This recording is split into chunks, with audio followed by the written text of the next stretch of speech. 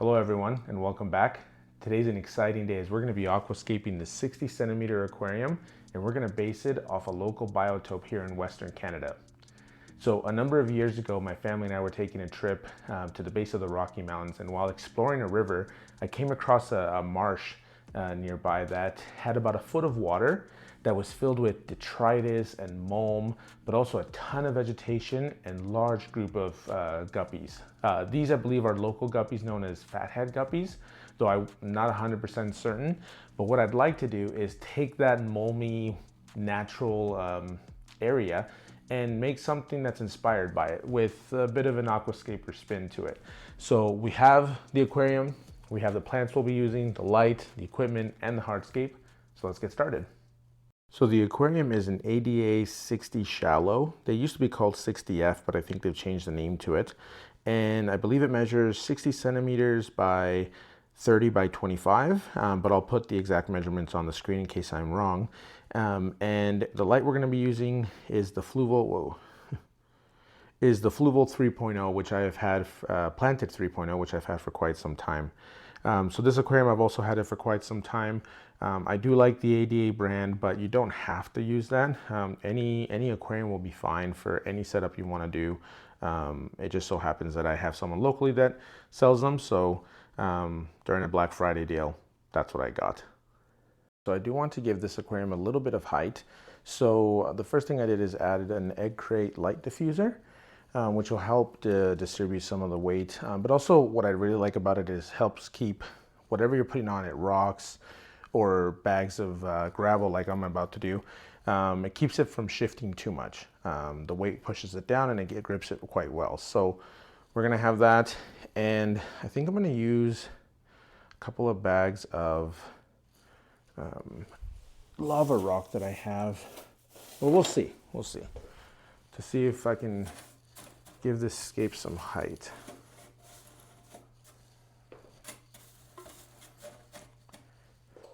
So the stones that we're going to be using today are river stones, and I really enjoy them. They have a lot of texture. They get a lot darker underwater. Well, not a lot, but they get darker underwater. And I have a number of these that I like to use. Now, obviously in the video that you saw, there weren't stones in the marsh, but in this case, I do, again, want to use that video as inspiration, not exactly as the exact replica of what I'm doing. So we're going to be adding some of these stones right now. I always like to add the biggest piece first. And this isn't it, but I need it to hold it up.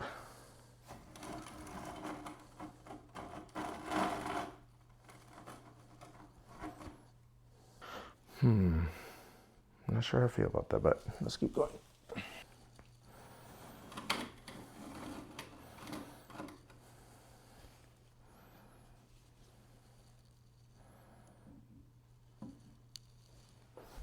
Okay, I don't know that I like that.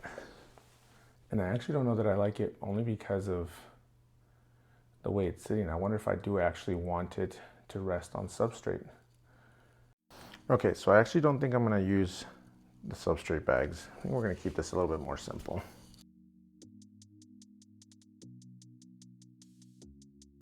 And this is all part, I mean, at least for me, it's all part of the process, right? Like none of this was planned beforehand other than what I knew what I wanted to use, but I haven't actually scaped or practiced the layout yet until now. So I think what we'll do is we'll just place substrate on it and put the rocks on the substrate. All right, so the first I'm going to start with crushed lava rock. It does a great job of making a nice place to live for beneficial bacteria.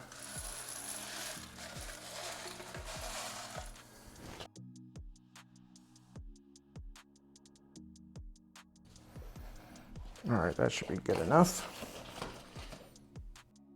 Now, because we're going to be using some older aqua soil that was in my previous shallow setup, I am going to be adding some root tabs to the scape before I cap it all off. These are just some I had extra. We have 4 of them. We're going to put them all in there. This will just help power the soil once more, and you can actually just open them and sprinkle the contents if you're doing it this early on.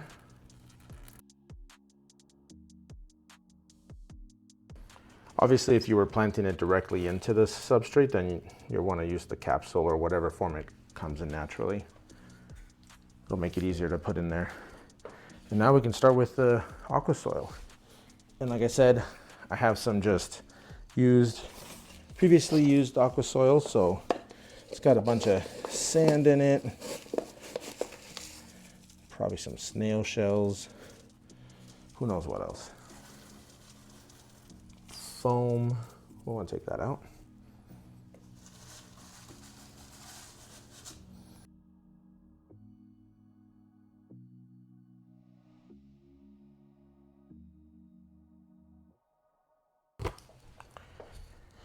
Now for sand, we're going to be using some of this more brown orangey sand, very standard sand. I'm not going to pre-wash it. We'll just take out the cap and we'll start on the edges because I do want to try to keep as much of the soil from being visible as possible.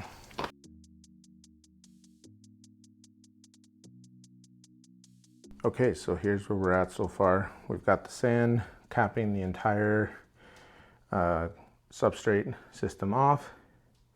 There's a good, what, 4 inches, man? No, probably like 2.5 inches of substrate on there. But yeah, so we're just gonna level it out a little bit more and then we're gonna get started with the hardscape.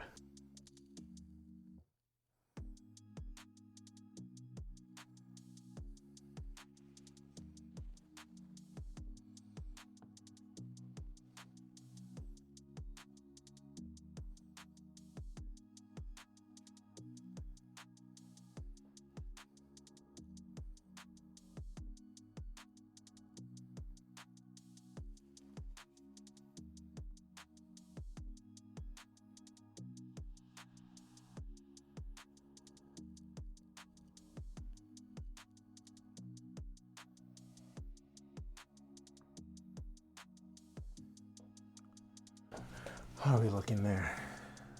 I think that, it's not bad, but I think that middle pathway is just too centered. Well, no, it's a little bit to the left. Let's move it a little bit more left.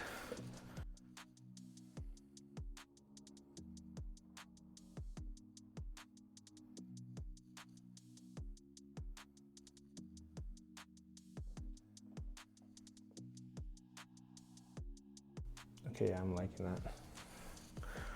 I am liking that, but I need to add, I think, one more rock.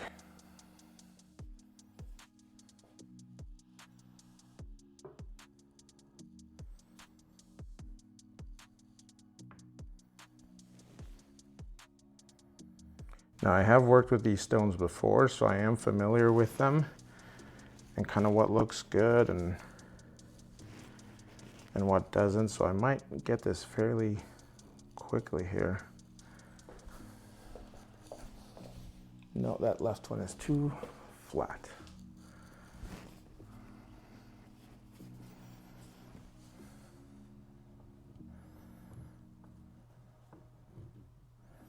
Maybe it's too big.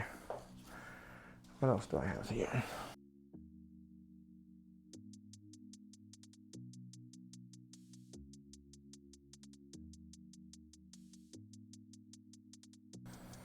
No, I don't like how round this one is.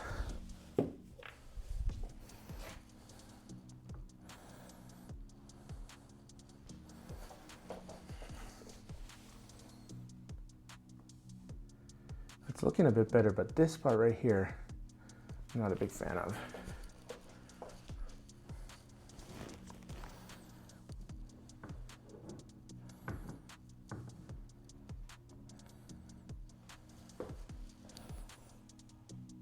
That's better.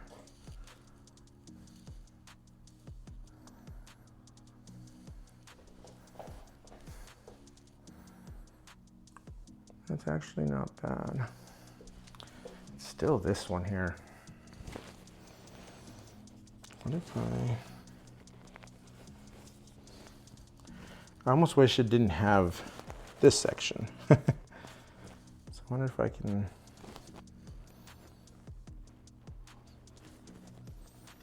hide it somehow.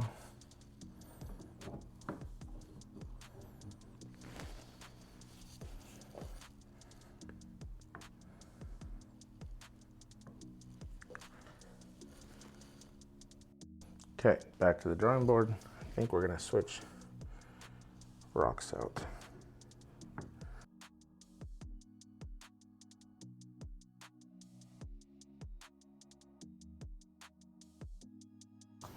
I feel like I'm having the same issues with this one because it's so smooth on one side.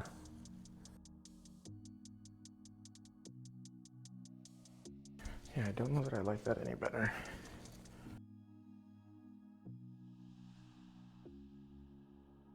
Okay, the right actually looks a little bit nicer like that. So let's see if I can't make this side work.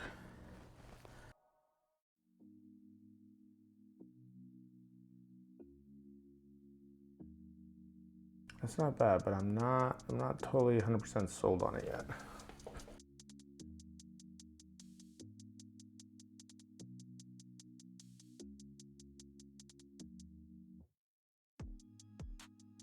Okay, that looks better. That looks better. Let's take a look.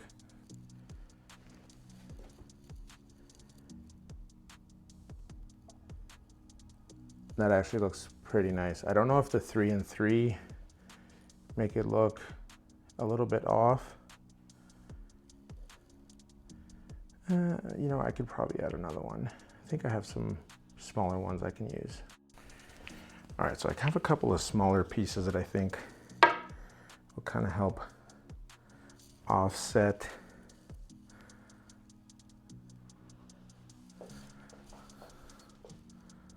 Yeah.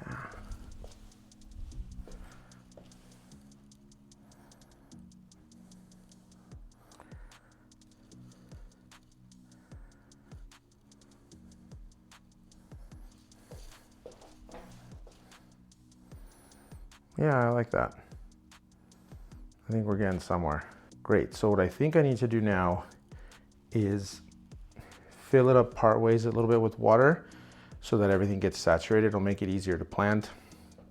But it'll keep things from shifting, hopefully too much when I do flood it. All right, so while we let the aquarium kind of soak up all that water, we're gonna go ahead and prepare the plants. We'll start with our tissue culture cup. So the first one we got here, Crypt Parva. Now tissue cultures are pretty straightforward. You just open them up, take the plant out. They'll either be in gel or water. Oh, water, I need water. Yeah, so you can just take them out and soak them and get all of that stuff off.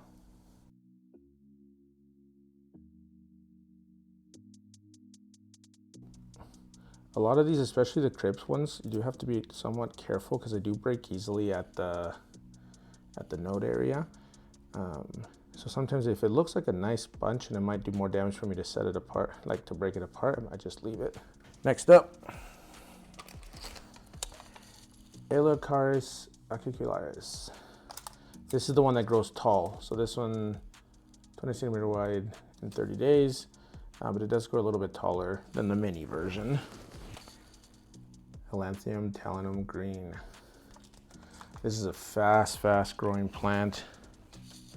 It's got that nice grassy look.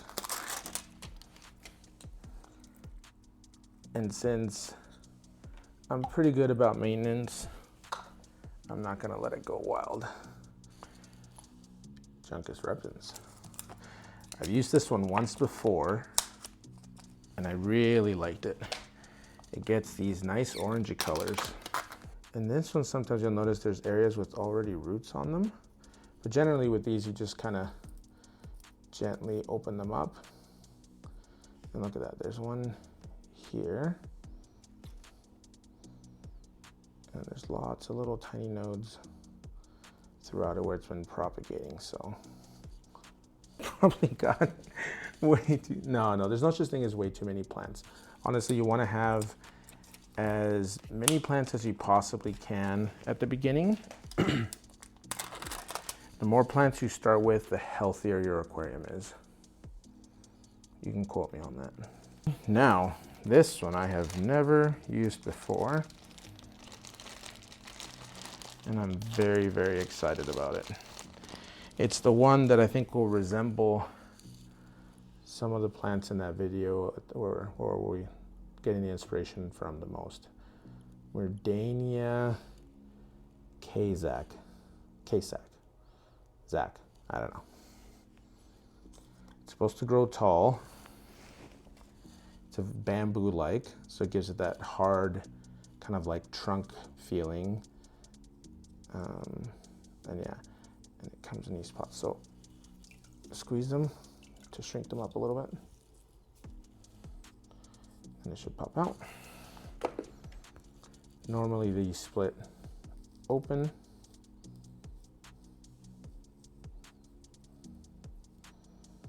Obviously, if you have runners going through them, just gently remove them to keep as many of the plants healthy as possible.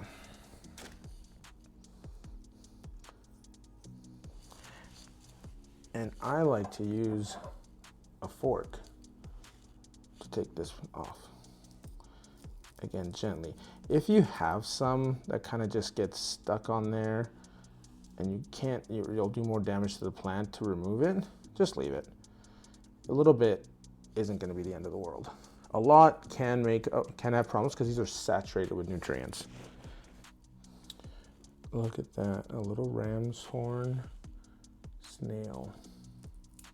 So yeah, potted plants will often come with some surprises. Doesn't matter what brand it is, don't blame the brand, they all do it. It's usually snails. Snails aren't the end of the world, they're easy to take care of and remove if need be. All right. Plants are ready. All right, so everything is saturated. You'll see how much darker the sand is. This makes it a lot easier to plant. And also now I can add the gravel and detail pieces and the sand won't shift too much. So I really like getting the soil and the sand wet, but not overflowing with water. Like I didn't want water at the bottom. So just slowly add water and get everything saturated and it'll make it super easy. So I have this really nice gravel that matches this rock really, really well. It does turn quite dark, but I like the contrast as some of the areas of the big stones don't turn as dark, but we'll start with that. Now I like to kind of start in these areas where there's natural corners almost.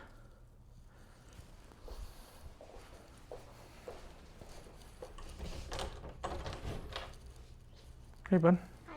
How's it going? Good. Just setting up the new aquarium. What do you think? Was this all this morning? Yeah. I was up early. That's really good, Dad. You like it? Yeah, I love it. That's a really good hardscape. Well, your opinion is the only one that actually matters.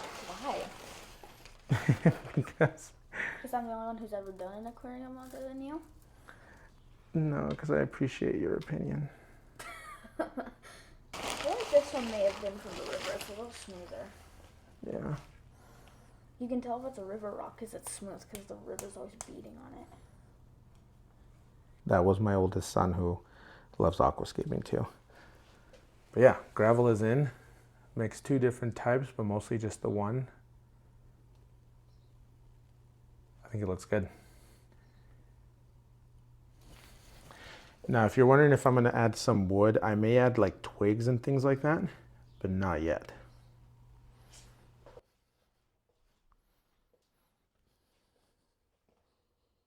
Yeah, it's looking great. All right, so we're going to go ahead and get started with the planting. And the first thing we're going to add are the foreground plants.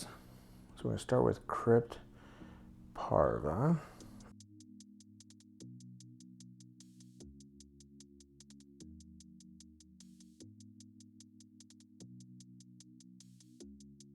All right, now we'll do the Elocaris acicularis, the hair grass.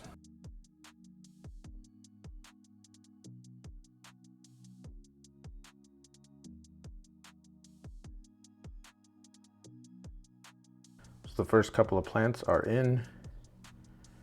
So far we're doing good. Can't forget to mist.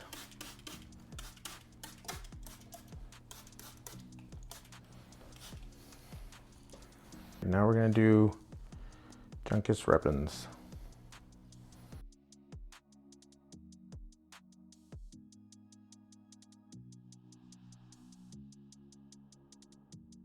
All right, now the Helanthrium talenum green, which again, like I mentioned, is a weed, so it does grow fast. But to be honest, one of the ways to have a good start in an aquarium is to have fast growing plants. Fast growing plants really help keep an aquarium balanced at the beginning, especially since if you're using new soil that's very nutrient rich. Fast growing plants just suck all that up, all those nutrients, and prevent algae, help prevent algae.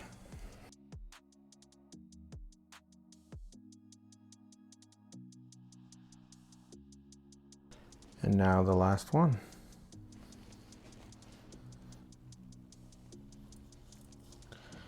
This again, I kind of want to be the focal piece.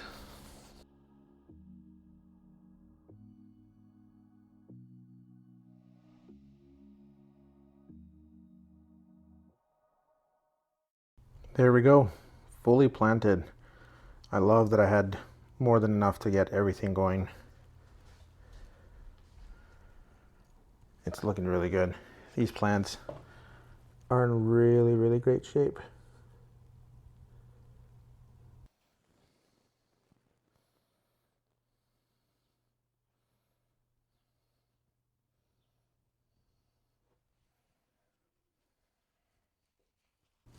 All right, so we're almost done with the 60 shallow. What we're actually gonna do is take a break here, and we are going to partially flood the aquarium. So I'm gonna add water probably just to below the sand line up front, so that everything stays really nice and saturated. But we are going to be doing a dry start. Now what that is that we're gonna actually cover this back up with a saran wrap that it had before, and we are gonna allow the plants to use the readily accessible CO2 in the atmosphere to focus on root growth. This is a method that's been used often, and I've used it before myself with great success, especially when using tissue culture plants. I find that tissue culture plants often don't have the strongest of roots, and when you put them in, flood the aquarium, especially if you have like new soil and things like that, there's so many nutrients in the water column that it can be difficult to manage and get things balanced without having some melting from the plants as they try to adjust. I find that with the dry start, they're solely focusing on getting those roots deep into the substrate to find nutrients. Because of the CO2 in the atmosphere, they can take in as much as they want. We'll have the light on. I don't have to worry about algae growth, even with the light on full blast for a very long period of time. The only challenge with dry start is just making sure that the leaves and all that don't dry out. So that's not a huge deal with the ones that came potted, since they were already growing immersed or out of water.